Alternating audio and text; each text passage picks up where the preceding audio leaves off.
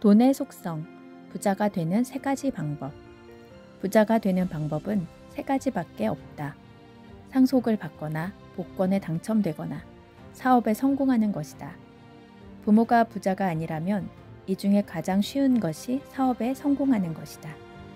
복권 당첨 비율은 사업 성공 비율보다 훨씬 낮다. 설령 당첨돼도 돈의 성질이 너무 나빠서 오래도록 부자로 살 확률이 거의 없다. 남은 건 사업인데 사업에 성공하는 방법은 2가지다. 첫째는 내가 직접 창업을 하는 것이다. 창업은 피를 짜고 뼈를 깎아내는 고통을 참을 용기로 모든 것을 걸고 죽기 살기로 해야 겨우 성공할 수 있다. 성공 이후에도 이를 지키기 위해 한순간도 방심하면 안 된다. 아이디어를 찾아 회사를 설립하고 자본을 구하고 노동과 관리를 병행해야 한다. 소비자에게 인정받기란 결코 쉬운 일이 아니다. 물론 성공을 제대로 하면 내 인생에 나를 완벽하게 선물로 줄 수 있다. 평생 자기 결정권을 유지하며 내가 하고 싶은 것을 할 수 있는 자유와 내가 하고 싶지 않은 것을 하지 않을 자유를 갖는다. 둘째는 남의 성공에 올라타는 것이다. 이기는 편이 내 편이다.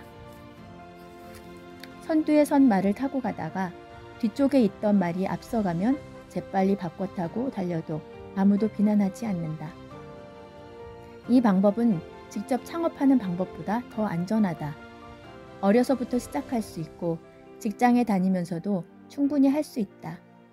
이미 한 분야에서 1등 기업으로 경영을 잘하고 있는 회사들이 있다. 그들은 회사의 가치를 수백만, 수천만 조각으로 나눠 그 조각 한 개를 주식이라 부르고 그 주식을 아무나 사고 팔 수 있도록 만들어 놨다.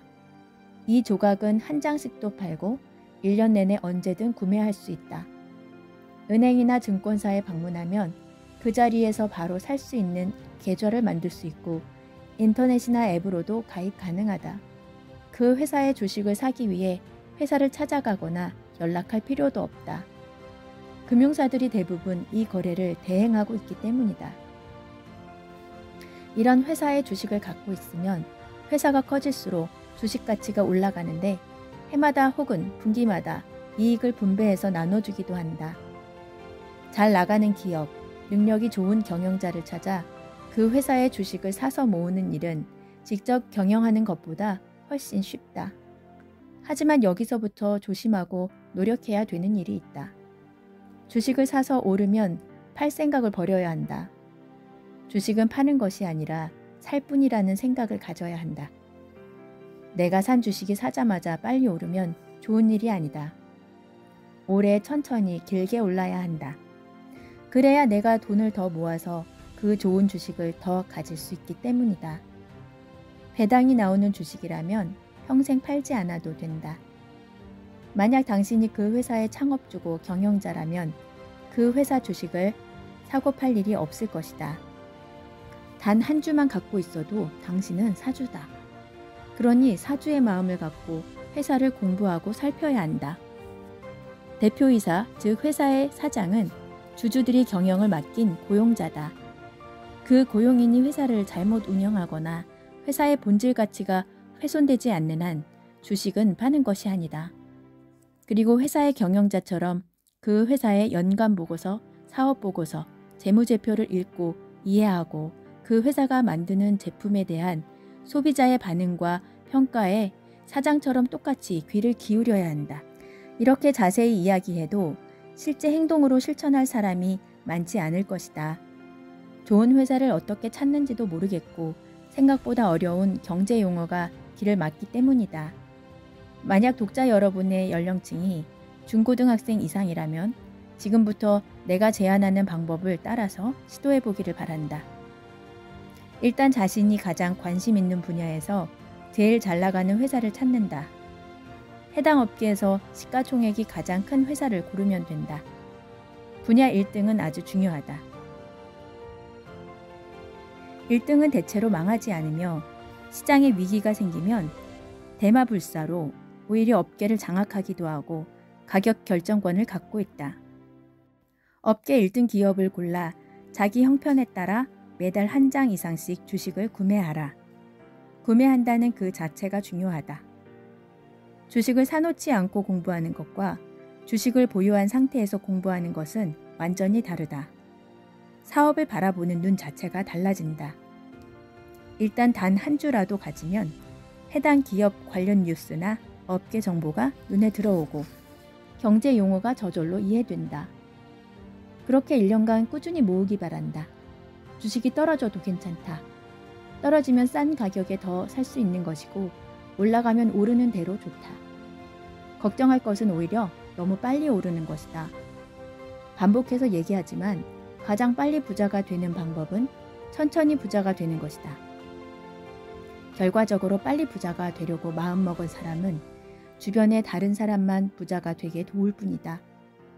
이렇게 5년, 10년 꾸준히 주식을 모으다 보면 점차 여러분도 사업가가 되어갈 것이다.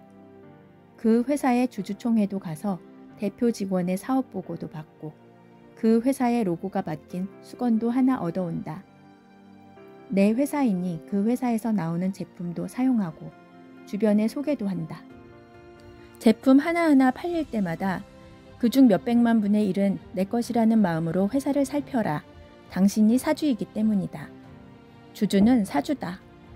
그렇게 기업가 마음을 가지면 업계 전체를 바라보는 눈이 생기고 산업을 이해하게 되고 국가 경제 및 국가 간의 이해 충돌 및 금융시장 전체에도 관심을 갖게 된다. 또한 이는 정치와도 연결되어 있으니 당신의 철학과 사업의 이해관계를 대변하는 정당을 골라 투표를 함으로써 사회 참여가 가능해진다. 일찍 시작할수록 좋다. 만약 10대나 20대 때부터 이렇게 산업을 보는 눈을 키워가면서 직장 생활 중에도 끊임없이 투자를 이어간다면 40세 정도면 자본이 근로소득을 앞서는 날이 올 것이다. 동료들은 그때부터 꺾이겠지만 당신은 자유를 얻는 부자가 되어 있을 것이다. 젊은 시절의 나에게 이렇게 이야기해주는 사람이 얼마나 필요했는가를 되돌아보면 아찔하다. 그러니 당신은 오늘부터 당장 좋은 회사의 주식을 하나 사서 시작하기 바란다. 돈을 모으지 못하는 이유. 돈을 모으지 못하는 사람의 가장 많은 핑곗거리는 소득이 적어서 쓸 돈도 모자란다는 것이다. 하지만 쓸 돈이 모자라게 된 이유는 미래 소득을 가져다 현재 써버렸기 때문이다. 이 현재가 시간이 흐르면서 과거로 쌓이며 종국의 현재와 과거 둘 모두 책임져야 하는 상태가 돼버린 것이다. 상황을 이렇게 만들어 놓은 장본인은 자기 자신이다. 쓸 때는 많은데 수입은 적고 그나마 남은 돈도 투자하기엔 너무 적은 돈이라 생각해서 전혀 모으지 못하는 사람이 있다.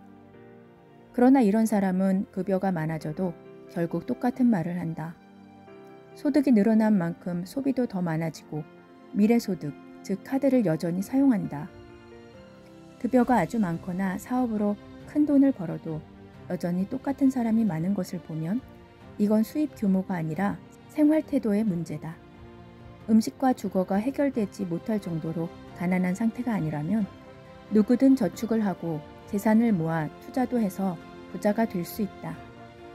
단언컨대 신용카드를 사용하는 사람, 물건을 부주의하게 매번 잃어버리는 사람, 작은 돈을 우습게 하는 사람, 저축을 하지 않는 사람, 투자에 대해 이해가 없는 사람은 절대 부자가 되지 못한다. 부는 그런 사람에게 우연히 들렀어도 순식간에 돌아서서 나온다. 절대로 미래소득을 가져다 현재 쓰면 안 된다. 신용카드를 잘라버리고 직불 카드를 사용해야 한다. 신용카드사에서 주는 포인트는 잊어버려라. 그건 신용카드사가 그냥 선물로 주는 것이 아니다. 포인트의 핵심은 더 사용하기와 포인트 수집용 구매다. 포인트를 모은다는 장점을 이용해서 필요 없는 소비를 늘리고 포인트를 얻기 위해 구매하는 방식으로 소비자를 현혹한다. 이는 마치 달걀을 얻기 위해 암탉을 죽이는 것과 같다.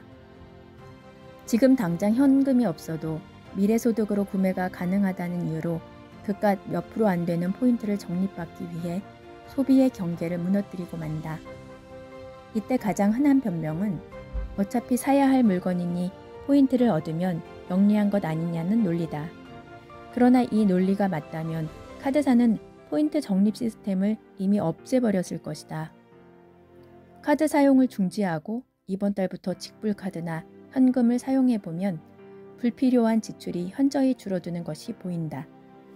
실제로 더 많은 이익을 보게 된다. 몇만 원 가치의 포인트를 모으려면 100만 원의 소비가 일어나야 하고 그 중에 몇십만 원은 필요 없는 지출이다. 카드 사용은 정말 어리석은 짓이다.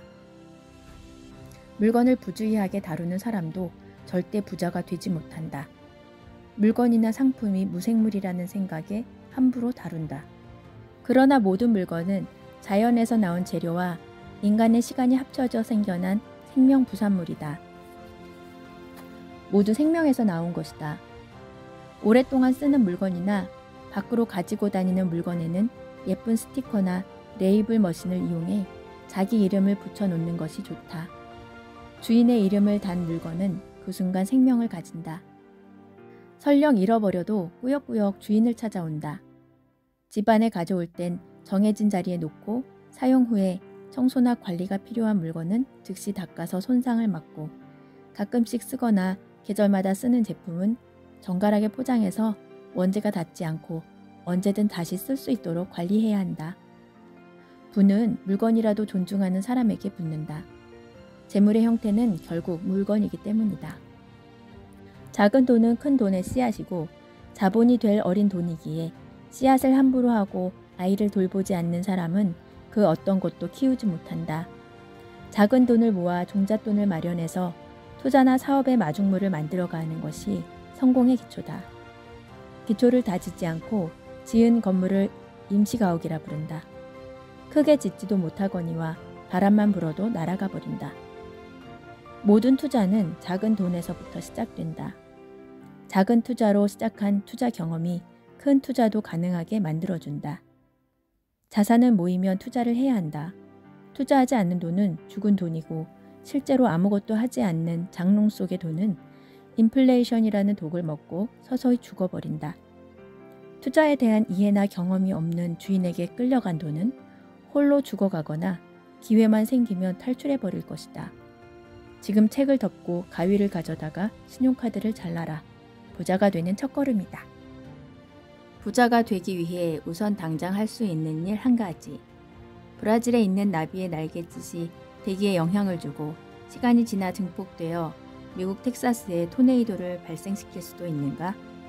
미국 기상학자 에드워드 노턴 로렌즈가 1961년도에 기상 관측을 하다가 생긴 의문이 훗날 물리학에서 말하는 카오스 이론의 토대가 되었다. 지구상의 어디에서 발생한 작은 움직임이 토네이도의 시발점이 될 수도 있다는 뜻이다. 이를 나비 효과라고 말한다. 지금부터 내가 말하는 것이 독자 여러분의 인생에 나비 효과가 될 수 있기를 바란다. 이 글을 읽는 것을 마치면 자리에서 일어나 포스트잇과 필기구를 챙기고 장갑을 낀 후 집안에서 가장 큰 이불을 가져다가 거실 바닥에 펼쳐놓자. 먼지가 날 수도 있으니 창문은 열어놓는다. 그리고 이불의 정중앙에 서서 집안의 사방을 향해 인사를 한 번씩 한다. 입으로 조용히 소리내어 집안에 있는 물건 여러분 안녕하십니까? 오늘 여러분들을 모시고 정리정돈하는 시간을 갖겠습니다. 라고 말한다. 인사를 마치면 집안의 서랍에 있는 모든 물건을 이불 위에 꺼내놓는다. 단 쏟아부으면 안 된다. 하나씩 달걀 다루듯 이불 위에 차근차근 올려놓는다. 이렇게 꺼내놓고 보면 알게 된다. 얼마나 쓸데없이 많은 물건을 모아왔는지, 한 번도 쓰지 않는 물건이 이렇게나 많은지, 그리고 얼마나 이유 없이 서로 섞여 있었는지 알게 된다.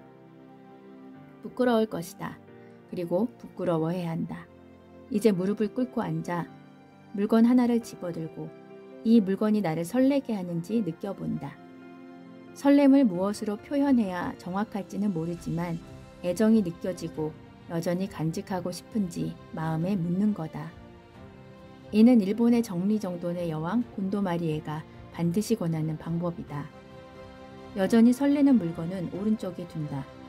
그러나 설레지 않은 물건들은 그동안 고마웠어 혹은 사용하지 않고 버려둬서 미안해 라고 말하고 안녕 잘가 라고 인사한 후 왼쪽에 모아둔다.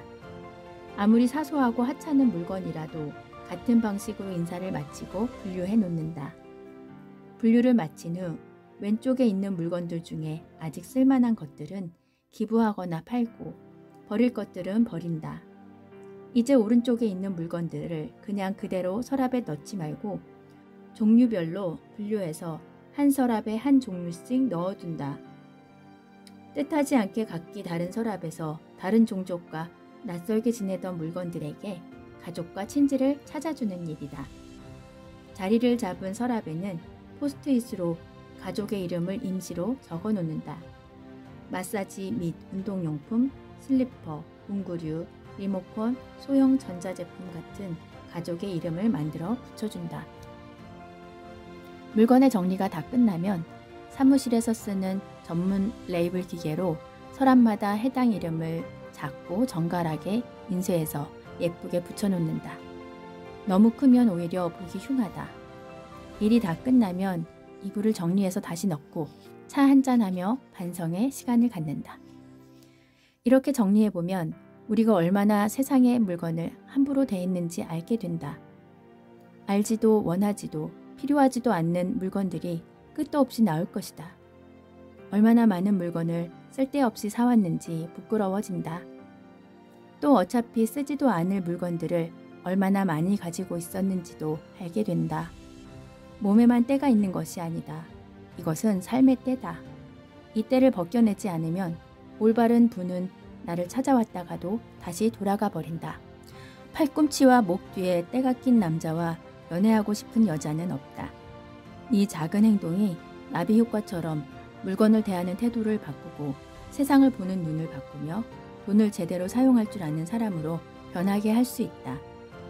함부로 물건을 사는 일이 줄어들 것이고 사온 물건들은 제 집에 제대로 자리 잡게 되며 어떤 물건을 찾느라고 이리저리 시간을 쓰거나 못 찾아서 다시 사는 일도 없어진다. 씀씀이가 올발라지고 사람이 달라지며 가족 간에 다투고 싸우는 일도 줄어든다. 이렇게 정리를 하고 나면 부엌이나 옷장이나 차고와 화장실도 치우고 싶어질 것이다. 지갑이나 차 트렁크, 컴퓨터 파일도 동일한 방법으로 정리하길 바란다. 그러면 평생 존중받는 부자로 살 준비가 다 된 것이다. 이제 때만 기다리면 된다. 돈을 다루는 4가지 능력.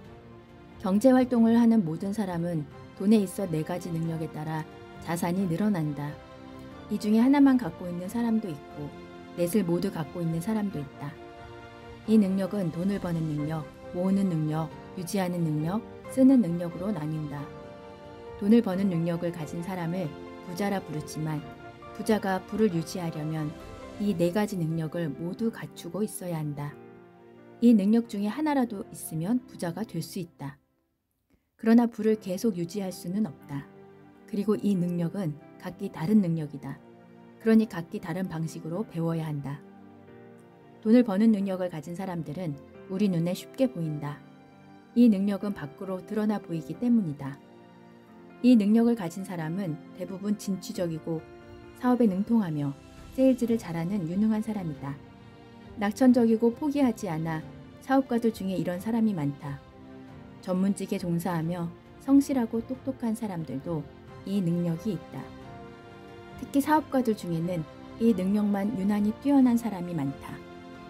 하지만 이런 사람들은 상대적으로 다른 능력이 부족해 오히려 빚을 지거나 사기를 당하거나 부하 직원들이 횡령을 해도 모를 정도로 벌어놓은 재산을 관리하는 데 미숙한 면이 많다. 이런 사람들이 가장 잘하는 말은 밖에 나가서 버는 것만 하면 좋겠다다. 회계적인 문제나 투자 세부 문제, 재무제표를 읽고 이해하는 것을 아주 힘들어하고 방관하기 일수다. 이런 사람들은 재산을 모은 후 뭉칫돈으로 날린다. 세금 보고를 허술히하거나 복잡한 투자 지출 문제에 봉착하면 믿고 맡긴다는 듯한 호인의 태도를 취하지만 사실은 귀찮고 이해를 못하기 때문이다. 또한 많은 사람에게 돈을 어떻게 벌어야 하냐는 질문을 받지만 그 질문을 받는 당사자조차 자기가 많이 벌고 있다는 것을 인지 못하는 경우도 많다. 항상 이것저것 내고 나면 아무것도 남은 것 같지 않아서 많은 돈을 벌면서도 버는 느낌이 들지 않기 때문이다. 돈을 모으는 능력은 돈을 버는 능력과는 또 다른 능력이다. 돈을 잘 번다고 돈을 잘 모으는 것은 아니다. 돈을 모으려면 자산의 균형을 맞추고 세밀한 지출 관리 능력이 있어야 하기 때문이다. 더불어 영수증 처리, 물품 관리 같은 사소한 것부터 세율, 이자, 투자, 환율과 관련된 지식과 이해를 가져야 하고 재정 분리, 지출 관리에도 소홀함이 없어야 가능하다. 그뿐만 아니라 돈을 대하는 태도 자체가 올곧아야 한다. 작은 돈을 함부로 하면 안 되고 큰 돈은 마땅히 보내줘야 할 곳에 보낼 수 있어야 한다. 작은 돈을 함부로 하면 주변이 그를 따라서 돈을 함부로 하고 마땅히 풀어야 할 때 큰 돈을 풀지 않으면 주위에 사람이 떠난다. 사람이 떠날 때는 돈도 갖고 떠난다. 그래서 돈을 모으는 능력은 인품에 따라 차이가 난다. 단호함과 너그러움이 같이 있어야 한다. 돈을 벌어도 모을 줄 모르면 밑빠진 독과 다를 바 없다. 아무리 많이 벌어도 구멍이 새고 있으면 언젠가 빈 항아리가 될 수밖에 없다. 돈을 유지하는 능력은 돈을 벌 줄 아는 사람이 돈을 모으는 능력을 얻은 후에 모아놓은 재산을 지키기 위해 반드시 필요한 능력이다. 이 또한 버는 능력이나 모으는 능력과는 완전히 별개의 능력이다. 재산을 지키는 일은 가장 힘든 일 중에 하나다. 성을 공격하는 것보다 지키는 것이 더 힘든 것과 같은 이치다. 이때는 자산가라는 이유로 대우도 받고 이름도 알려져서 사치와 허영이 문 밖에 항상 대기하고 있다. 자신과 걸맞은 집, 차, 음식, 친구, 명품을 찾기 시작한다. 금융, 정치, 경제를 보는 눈도 일반인들과 다르다고 생각하기 시작하고 더 이상 선생을 구하지 않고 스스로 선생이 되거나 어른 행세를 시작하기 좋은 때다. 자산이 허물어지는 것은 한순간이다. 집을 짓는 데는 3년이 걸려도 허무는 데는 하루면 끝이다. 자산을 가진 사람이 자산을 유지 못하는 가장 큰 이유는 올바르게 투자돼 있어야 할 자산을 관리하지 못한 탓이다. 세상에서 투자는 가장 힘들다. 아무것도 하지 않는 것은 가장 나쁜 투자다. 그러니 아무것도 안 할 수도 없는 일이다. 투자는 열심히 하는 것으로 대신할 수 없는 분야다. 통찰과 거시적 안목이 함께 해야 하고 들어감과 나옴의 기준이 있어야 한다. 순식간에 성벽이 무너져 내릴 수 있기에 그렇다. 마지막으로 돈을 쓰는 능력은 고도의 정치 기술과 같다. 검소하되 인색하면 안 된다. 나는 검소한 삶을 살아야 하지만 가족이나 주변에 강요하면 안 된다. 직원에게 강요해서도 안 된다. 부자인 나도 이렇게 아끼는데 너도 아껴야 하지 않겠어? 라는 말은 교훈이 아니다. 삶의 가치가 다를 뿐이다. 지출해야 할 것은 반드시 기일을 지켜 지출하고 늦거나 미루면 안 된다. 설령 그것이 부모님의 용돈이라 해도 정해진 날짜에 직원 급여 나가듯이 정확하게 나가야 한다. 그날 벌어 하루를 사는 사람들에게 일을 시키면 그날 바로 지불해줘야 한다. 그것이 청소든 술이든 배달이든 심부름이든 그렇다. 그런 돈은 그날 바로 줘야 한다. 시간을 팔아 돈을 버는 사람들의 시간을 빼앗았으면 갚아줘야 한다. 미용실 약속을 하고 잊었거나 늦어서 일을 못하게 만들었으면 머리 손질을 안 했어도 비용을 지불해줘야 한다. 미용사에겐 그 시간이 다시 돌아오지 않는 자산이기 때문이다.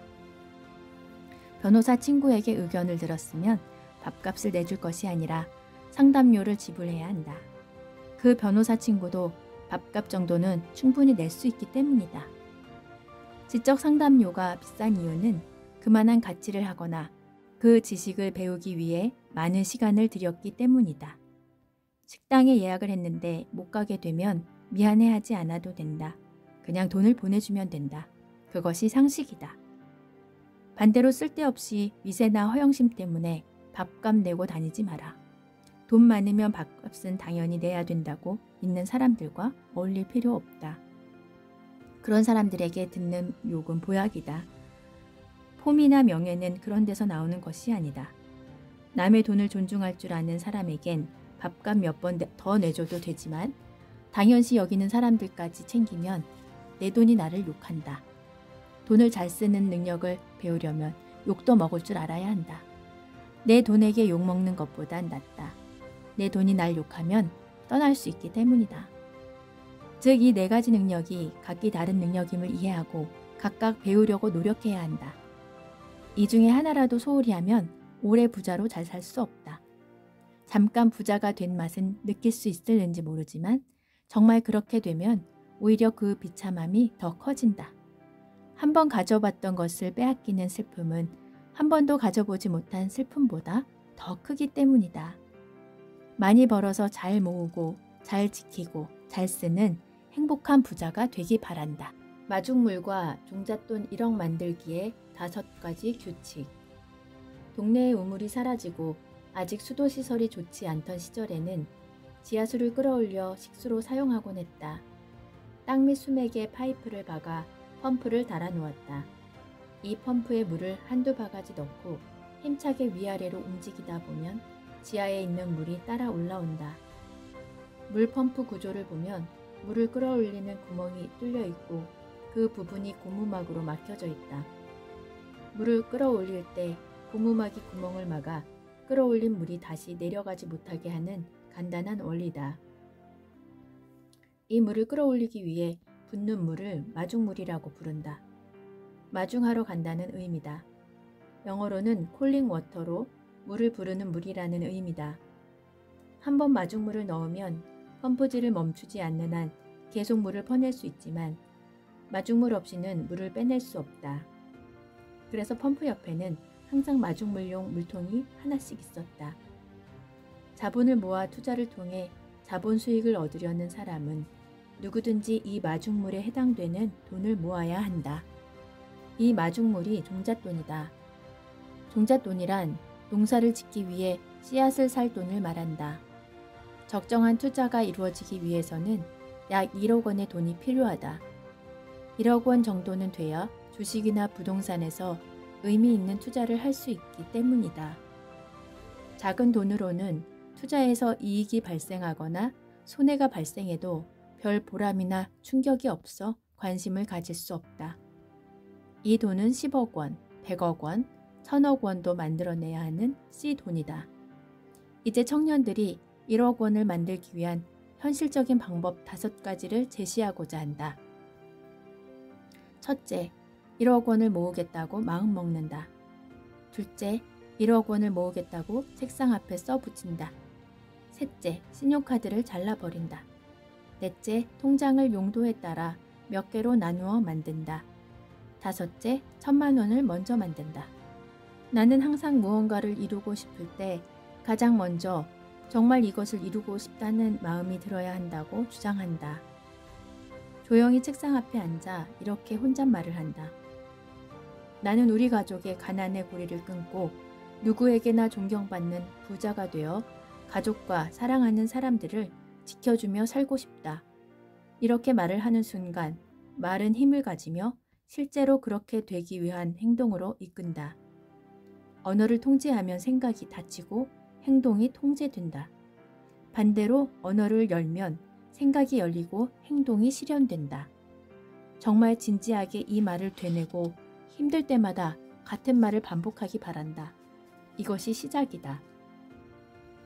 첫 번째 행동을 마쳤으면 나는 1억 원을 모으겠다라고 손으로 직접 적어서 책상 앞에 잘 보이는 곳에 붙여놓는다. 눈에 자주 보이는 곳이면 되니 화장실 변기 맞은편도 좋고 식탁 위도 좋다. 여기저기 붙이면 더 좋다. 욕망이 강렬하면 스마트폰 초기 화면에도 적어놓고 모니터 화면에도 올려놓는다. 누가 봐도 상관없다. 내 욕망을 이해하고 응원하는 사람이 많으면 더 쉽게 이루어진다. 조롱하는 사람들이 있어도 상관없다. 조롱을 미리 받아보는 연습도 필요하다. 불을 만들고 유지하는 과정에서 어차피 조롱은 수시로 받기 때문이다. 이런 조롱이나 비난은 부가 범접할 수 없는 경지로 올라서면 그때야 좀 줄어들 테니 무시하고 여기저기 붙여놓으라. 두 번째 제안이 끝났다. 사실은 이 2가지 제안이 다음 3번째 제안에 비해 쉬운 것 같아도 가장 어려운 일이다. 사람의 마음을 바꾸는 일이 행동을 취하는 일보다 힘들기 때문이다. 부자가 되지 못한 사람 중 대부분은 능력이나 기회 혹은 종잣돈이 없는 사람이 아니라 부자가 되겠다는 실체적 욕심이 없는 사람이다. 세 번째 제안을 이행하기 위해서는 도구가 필요하다. 가위를 가져와서 신용카드를 잘라버린다. 부자가 되기 위한 첫 번째 선결 조건은 복리를 내 편으로 만드는 일이다. 그런데 신용카드는 복리의 적이다. 복리가 내 목을 조르고 번번이 회방을 놓는다.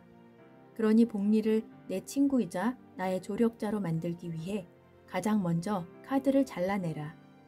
복리가 내 편이 되면 모든 돈이 따라올 준비가 된 것이다. 이제 현금만 가지고 다니거나 체크카드로 써야 한다.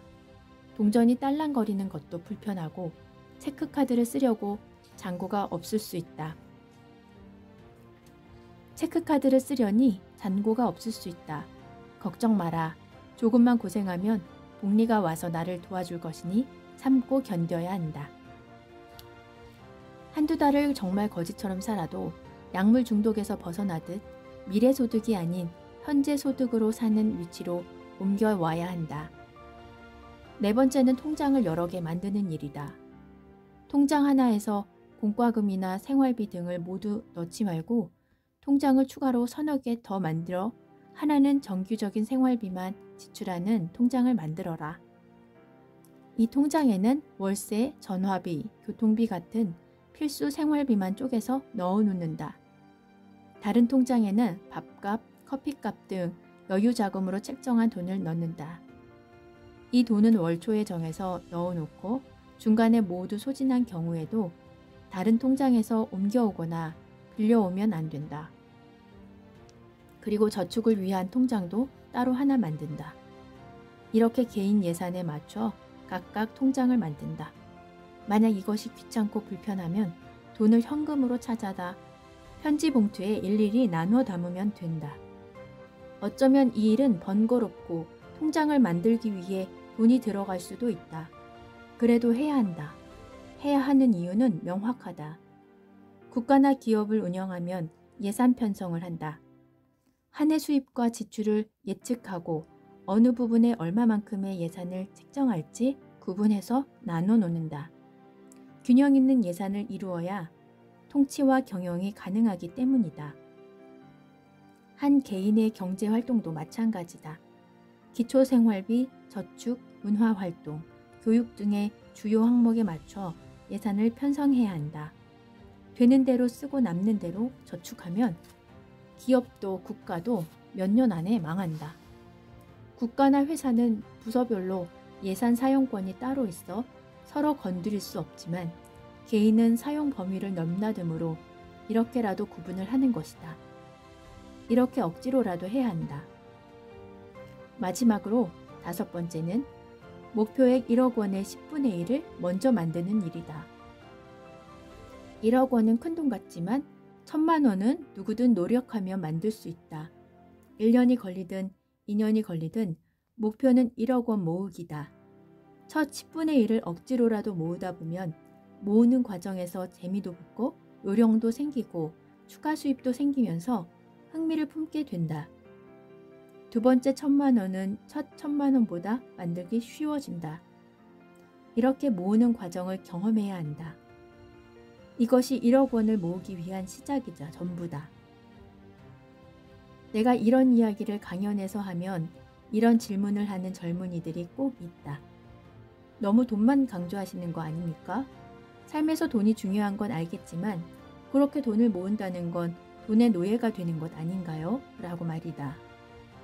나는 돈의 중요성과 부자의 길을 이야기할 뿐인데 저축과 투자 혹은 절약에 대해 건드리면 불편해하는 사람들이 있다. 그러나 나는 이 질문을 하는 청년이 위선적이라 생각한다. 돈에 대해 이야기하는 것조차 경멸하면 부자가 될 첫 문을 닫는 것이고 돈을 그렇게 함부로 생각하는 것 자체가 이미 돈의 노예가 된 상태다. 돈 때문에 병원에 가지 못하고 돈 때문에 공부를 하지 못하고 돈 때문에 결혼을 미루고 돈 때문에 아이를 못 낳고 돈 때문에 부모를 돕지 못하고 돈 때문에 늙어서 일을 찾아야 하고 빚을 얻으러 다니는 것이야말로 돈의 노예 상태다. 그렇지 않은가? 한국의 노년 빈곤층 비율이 50%에 가깝다. 노년층 자살률은 세계 1위고 자살 이유의 3분의 1은 경제적 이유다. 젊어서 돈을 함부로 대했기 때문이다. 소비를 줄이고 저축하고 투자를 하란 말이 행복하게 살지 말고 구두쇠가 되라는 말은 아니다. 재산이 증식되고 사회 경제 구조를 이해하고 부자가 되는 길을 걷는 것은 대단한 행복이다. 젊어서 일찍 이 행복을 구하면 나중에 찾아오는 풍요로부터 다른 행복도 함께 따라온다. 이제 다들 가위를 들고 책상으로 가기 바란다. 좋은 돈이 찾아오게 하는 7가지 비법. 1. 품위 없는 모든 버릇을 버려라. 욕을 하고 투덜거리는 것, 경박한 자세로 앉아있는 것, 남을 비웃는 것, 지저분한 차림, 약속에 늦거나 변경하는 일 등의 이런 모든 행동은 품위 없는 짓이다. 2. 도움을 구하는 데 망설이지 마라. 묻고 요청하고 찾아가고 부탁하라. 반드시 물음에 답을 주고 도움을 주고 반기는 사람이 있다. 3. 희생을 할 각오를 해라. 작은 목표에는 작은 희생이 따르고 큰 목표에는 큰 희생이 따른다. 공부를 위해서는 잠을 포기해야 하고 돈을 모으기 위해선 더 많은 시간을 일해야 한다. 4. 기록하고 정리하라. 투자 내역, 정보, 갑자기 생겨난 아이디어, 명함, 사이트 암호들, 구매 기록 등을 모두 정리하거나 기억하라. 이것은 재산이며 동시에 당신을 보호한다. 5. 장기 목표를 가져라. 산을 오르려면 봉우리가 보여야 한다. 즉각적인 자극에 유혹당하지 말고 평생 지킬 만한 가치를 찾아라. 6. 제발 모두에게 사랑받을 생각을 버려라. 눈치 보지 말고 비난에 의연하고 무리와 어울리는 것에 목숨을 걸지 마라. 진정한 친구는 2명도 많고 가족의 지지가 모든 것의 기초다. 부정적인 사람과 결별하고 당신보다 나은 사람들과 어울려라. 7. 시간이 많다고 생각하지 마라. 투자는 지금도 늦었고 저절로 수고 없이 느는 것은 나이밖에 없다. 1살이라도 젊어서 투자하면 1살이라도 어릴 때 부자가 된다. 직장인들이 부자가 되는 2가지 방법. 우리가 직장에 다니는 이유는 크게 3가지다.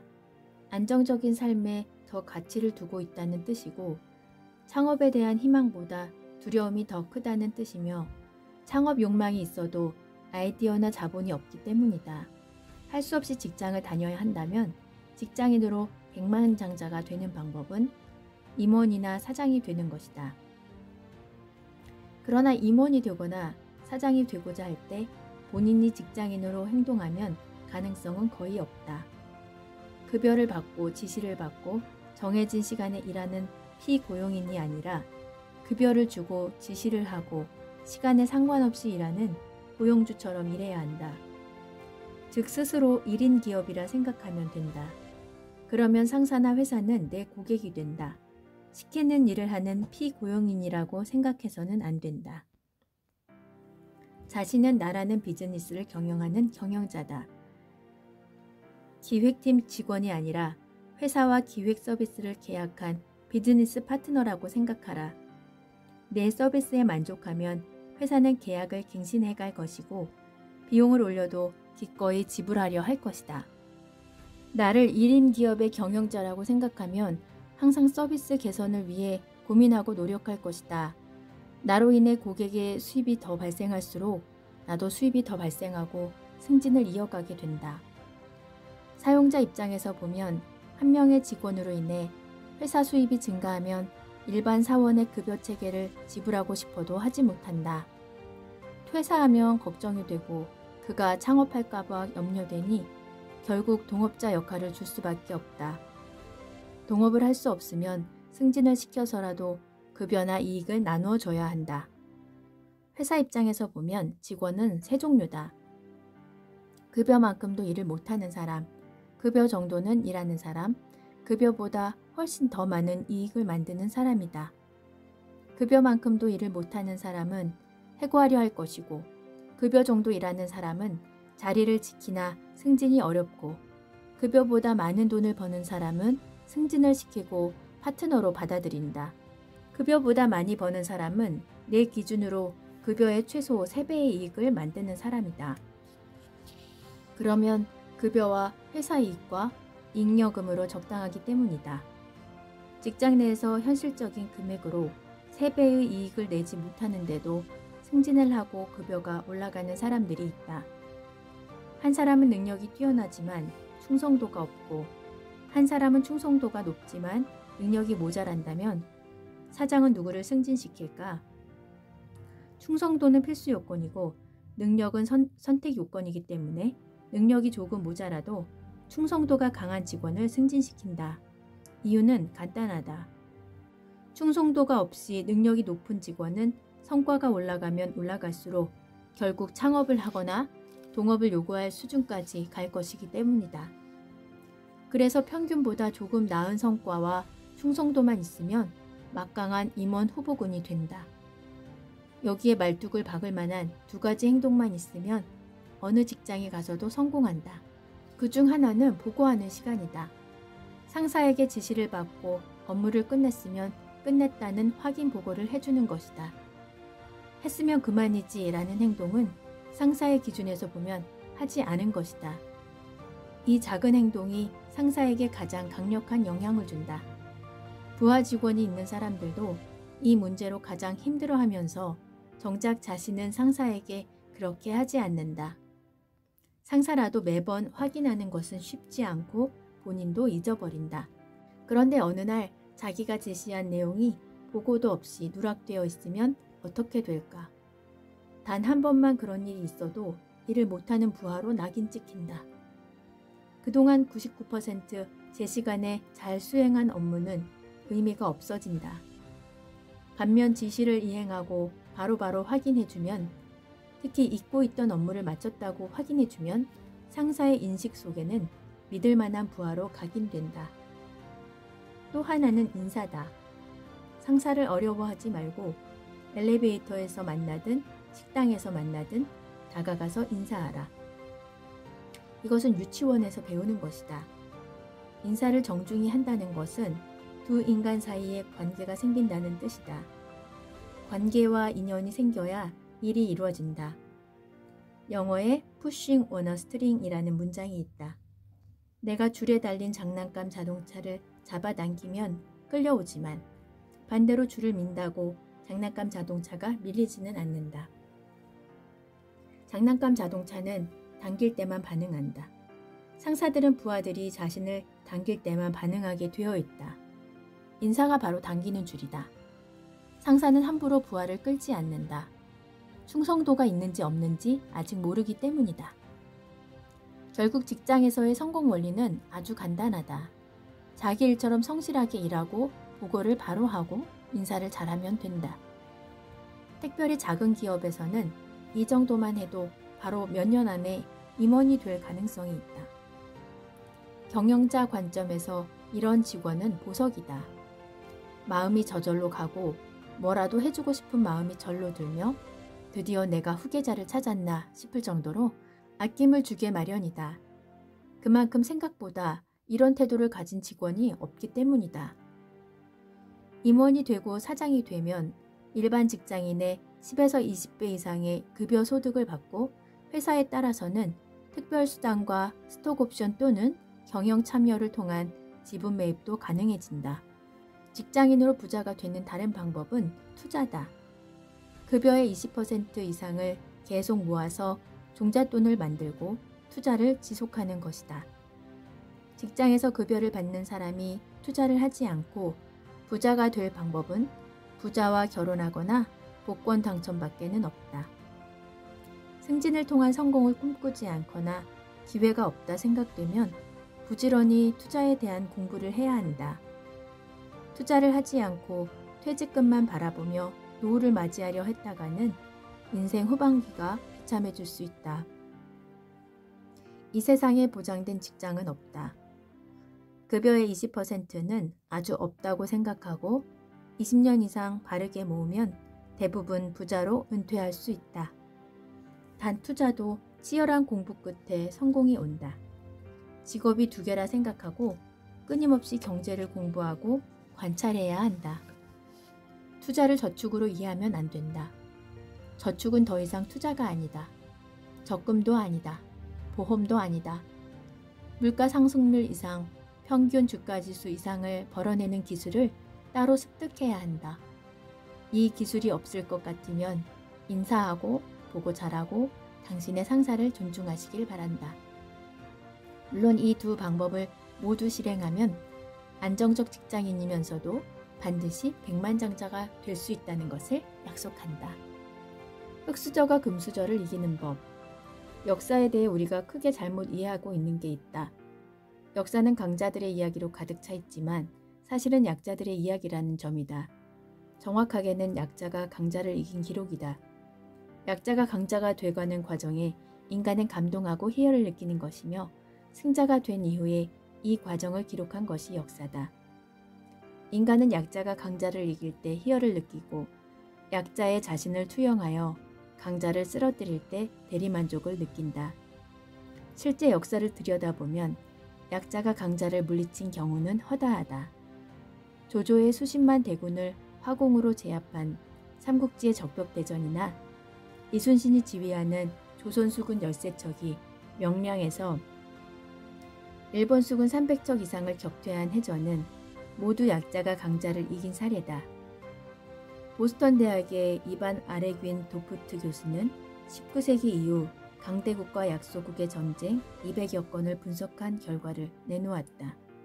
결과를 보니 약소국이 이긴 경우가 28%에 달했다. 3분의 1이 약소국의 승리였다. 1950년에서 1999년 동안에는 약소국의 승전율이 50%를 넘겼다.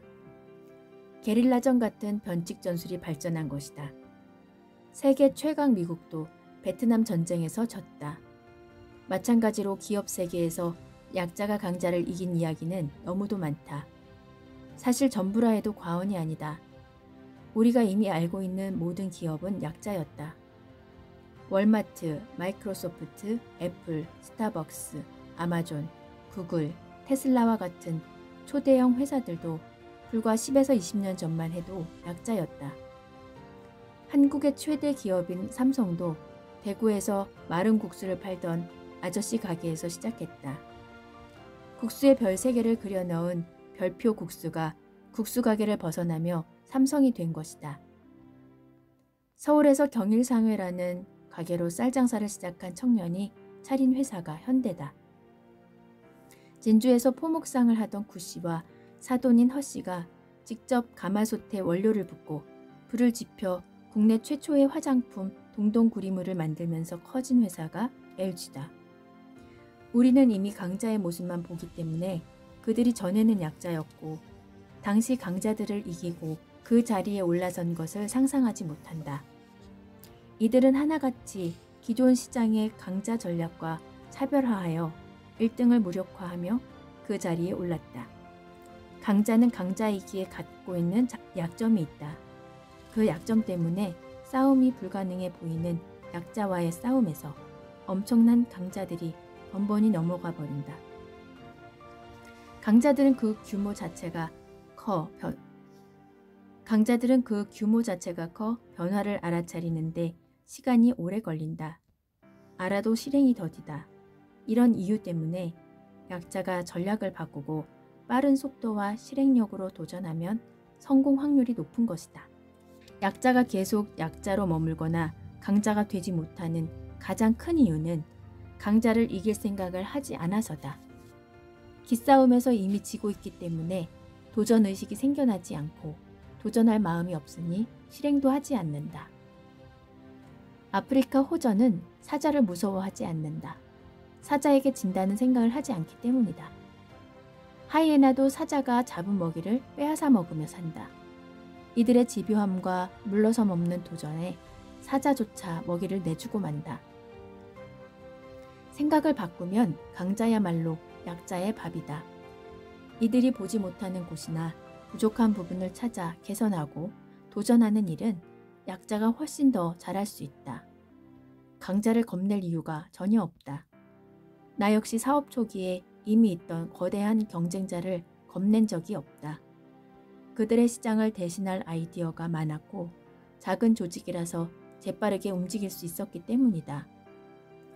불과 하나의 매장으로 시작한 우리 회사가 3,000개의 매장을 가진 회사와 경쟁해 나갈 수 있었던 것은 우리가 작다는 것을 생각하지 않았기 때문이다. 그리고 3,000개 매장을 가진 회사를 우리의 시장으로 이해했기 때문이다. 2018년 10월 16일 토론토에서 전 세계 몇 개 회사와 합병 관련 회의를 마치고 최종적으로 합병 결정을 마친 바로 그 시간, 참석자 중에 한 명이 우리 경쟁 회사의 기사가 떴다며 기사의 내용을 알렸다. 10년 가까이 우리 회사 때문에 성장의 발목이 잡혀있던 그 큰 회사가 결국 매각된 것이다. 내가 전 세계 11개국에 3,000개가 넘는 매장과 8,308명의 직원을 고용한 글로벌 외식 기업의 대주주가 되던 순간 업계의 전설이던 상대 회사 오너는 출구 전략을 통해 경영자 자리에서 내려온 것이다. 그는 끝까지 멋진 경영자였다. 우리 회사 때문에 애를 많이 먹고 얼마나 힘들었는지 잘 알지만 단 한 번도 부정한 방법이나 도의를 어긋나는 행동을 하지 않고 경쟁을 이어갔다. 멋진 경쟁자가 역사 속으로 사라진 것이다. 우리가 약자이던 시절에 나는 무서움이 없었다. 그래서 언젠가 이름도 모를 작은 회사가 독특한 아이디어와 열정을 가지고 우리 발목을 잡는 날이 있을 것이라는 것을 안다. 이제 공격만 하면 되던 우리의 시절은 지나갔다. 방어와 공격을 같이 해야 하는 강자가 된 순간 자칫 방심하면 약자에게 쓰러질 것이라는 사실을 알고 있다. 우리를 쓰러뜨릴 회사는 강자가 아닌 약자이기 때문이다. 흑수저는 금수저를 두려워할 필요가 없다. 금수저이기 때문에 갖고 있는 장점이 단점이 되기도 한다. 덩치가 큰 코끼리나 기린은 한번 주저앉으면 일어나기가 어렵다. 반면 여우는 그 사이에 10번도 더 뛰어다닐 수 있다. 차별적 변화를 찾아 빨리 움직이는 것은 약자만의 장점이다. 아무리 힘이 센 남자도 두 눈을 똑바로 뜨고 윗옷을 벗어던지며 달려드는 남자와 싸워 이길 수 없다. 생각을 바꿔보면 약자가 강자의 밥이 아니라 강자가 약자의 밥이다. 결국 강자는 이미 가지고 있기에 강자가 아니며 강자가 되겠다고 마음먹은 사람이 강자인 것이다. 역사는 언제나 그렇게 흐른다. 돈을 모으는 4가지 습관. 스스로에 대해 자존감이 없는 사람은 돈이 생겨도 제대로 사용할 줄 몰라서 돈이 그다지 도움이 되지 못한다. 자존감이 없는 사람에게 주어지는 돈은 주로 쾌락에 사용된다. 아직 자신을 진정으로 사랑하고 존중하는 법을 배우지 못한 상태에서 돈이 주어지면 술, 담배, 유흥, 사치, 허영, 친구들에게 돈 쓰기, 해외여행, 명품 구매 등과 같은 형태로 자신의 가치를 올리려 한다. 돈이 자신감을 만들어주고 자신감이 잘 자라면 자존감을 만들어주지만 먼저 돈을 갖기 전에 갖추어야 할 일상의 습관과 자질 몇 가지가 있다. 특별히 젊은 청년들은 반드시 사회에 나가기 전에 이 4가지를 몸에 습득하기를 바란다. 아직 습득하지 못한 기성인들에게는 경각심이 되길 바라는 마음이다. 이것의 핵심은 부자가 되기 전에 부자의 태도와 습관을 미리 몸에 넣어놔서 언제든지 부가 찾아와도 당당하게 받을 수 있게 함에 있다. 이 4가지 습관은 부에 어울리는 사람이 되어 부가 빠져나가지 않고 항상 머물게 하는 효과를 갖게 한다. 다음 습관과 태도를 익히지 못한 상태에서 돈을 벌면 오히려 돈이 사람을 해칠 수 있다. 첫째, 일어나자마자 기지개를 켜라. 누워있는 상태에서 팔을 머리 위로 뻗어 두 손을 모으고 몸을 C자로 만들면서 좌우로 허리를 쭉 편다. 다음엔 침대에 걸터 앉아 다리를 똑바로 펴고 깍지 낀 손을 위로 올리고 아래 위로 허리를 편다. 기지개는 전신 스트레칭으로 근육의 이완과 수축을 돕는 행동이다. 기지개를 켜면 몸속 근육을 부드럽게 자극해 피로감을 빨리 해소할 수 있다. 기지개는 스트레칭의 한 방법으로 간단해도 전신 운동이다. 순간적으로 많은 공기를 폐에 확보하게 돼 많은 산소를 얻어낼 수 있다. 기지개는 아침에 온 세상과 나를 연결하는 행동이자 몸에 기를 넣는 행동이다. 동물들은 따로 운동을 하지 않아도 기지개를 켠다. 기지개는 모든 동물이 가진 몸의 자연스러운 행위다. 기지개를 하고 일어나는 습관을 가지면 하루를 감사함과 당당함으로 맞이하게 된다. 인생에 또 새로 주어진 하루에 몸과 마음으로 인사를 드리는 것이 기지개다. 하루 시작부터 활력을 가진 사람이 되는 것이다. 둘째, 자고 일어난 이부자리를 잘 정리한다. 자신이 자고 일어난 자리를 정리하는 것은 삶에 대한 감사다. 음식과 잠자리는 삶의 질을 나타내는 가장 중요한 요소다. 편히 잠을 잘 수 있었음을 감사하며 잠자리에 대한 예의를 보여야 한다. 이불을 펼쳐서 털어내고 구겨진 베개를 바로 하여 호텔 메이드가 정리해준 것처럼 정리를 해놓는다. 엉클어진 잠자리로 저녁에 다시 들어간다는 것은 자신을 모욕하는 일이고 매일 같은 짓을 한다는 것은 자신의 인생 전체를 조롱하는 일이다. 하루를 마치고 저녁 잠자리에 들 때 자신이 잘 정리해 놓은 침대로 들어가는 사람은 평범한 사람이 아니라 위대한 사람이다. 이런 사소함이 인간을 위대하게 만든다. 셋째, 아침 공복에 물 한 잔을 마셔라. 한 잔 이상 마실 수 있으면 더 좋다. 하지만 한 잔은 반드시 마셔라. 몸에 음식을 넣기 전에 몸을 어르는 일이다. 자는 동안 폐, 피부 호흡을 통해 배출된 수분을 보충하고 걸쭉해진 혈액을 묽게 만든다. 장운동을 촉진해 배변을 돕는다. 위장은 물론 두뇌 활동을 원활히 하는 뇌의 교감신경을 자극해 잠에서 깨어나게 하고 하루를 상쾌하게 시작할 수 있도록 도와준다. 이에 대한 장점을 현대의학 용어로 수도 없이 나열할 수 있다. 이는 인간의 모든 문화, 모든 시대에 걸친 수천 년의 지혜다. 넷째, 일정한 시간에 자고 일정한 시간에 일어나라. 만약 직업상 일정한 시간에 잠들 수 있는 상황이 아니라면 일정한 시간에 일어나는 것은 양보하지 마라. 해가 뜨기 전에 일어나고 해를 맞이하며 위에 설명한 지침을 매일 실천하기 바란다. 일정함이란 매우 중요한 덕목이다. 이를 통해 자신에겐 믿음이, 남들에겐 신용이 발생한다. 이런 사람은 가장 가까운 가족으로부터 신임을 얻는다. 이렇게 아침에 4가지만 꾸준히 잘하면 저절로 어깨와 허리가 펴지면서 사람이 커 보인다. 말과 행동이 일정해지고 식생활이 번잡해지지 않는다. 나이가 어려도 의젓하고 믿을만하다. 심지어 후배라도 존중을 받고 아랫사람이라도 리더로 보인다. 이때가 되어 돈을 벌기 시작하면 돈이 사람을 더 돋보이게 만든다. 이미 자리를 가려앉고 허명을 가려낼 줄 알아 사치나 자랑에 돈을 쓰지 않는다. 당연히 좋은 인연은 남고 나쁜 인연은 끊어져 버린다. 이 사소한 습관이 돈을 부르지는 않는다. 그러나 이 습관을 가진 사람에겐 한번 돈이 들어오면 절대 줄지 않는다. 돈은 새 신랑을 찾는 여자와 같다. 아침에 일어나 기지개를 켜고 이불을 정리하고 물 한 잔 마시는 일을 매일 아침마다 하는 남자를 보면 좋은 신랑감이라는 것을 안다. 사소한 행동 안에 그 사람의 인생 전체가 그대로 들어있기 때문이다. 당연히 그런 남자와 평생 인연을 맺으려 할 것이다.